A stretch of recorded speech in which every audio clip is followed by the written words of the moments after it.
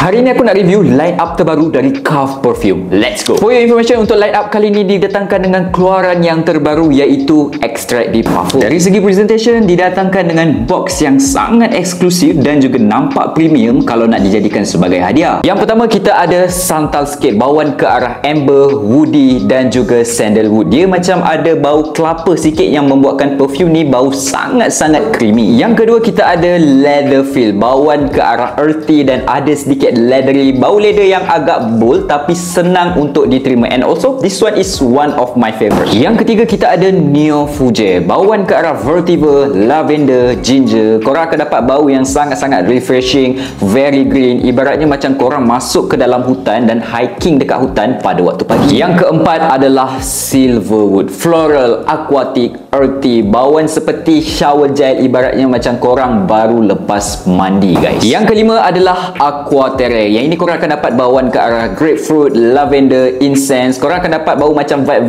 fresh air laut, and then ada sedikit bau fruity yang datangnya daripada grapefruit. Dari segi sillage, projection, longevity, perfume yang terbaru daripada Kaf ni memang top notch. Aku dah cuba kesemuanya. Dari segi longevity memang boleh bertahan sehingga 7 ke 8 jam. Aku boleh cadangkan dekat korang, korang wajib cuba ke semua line up terbaru daripada Kaf Perfume.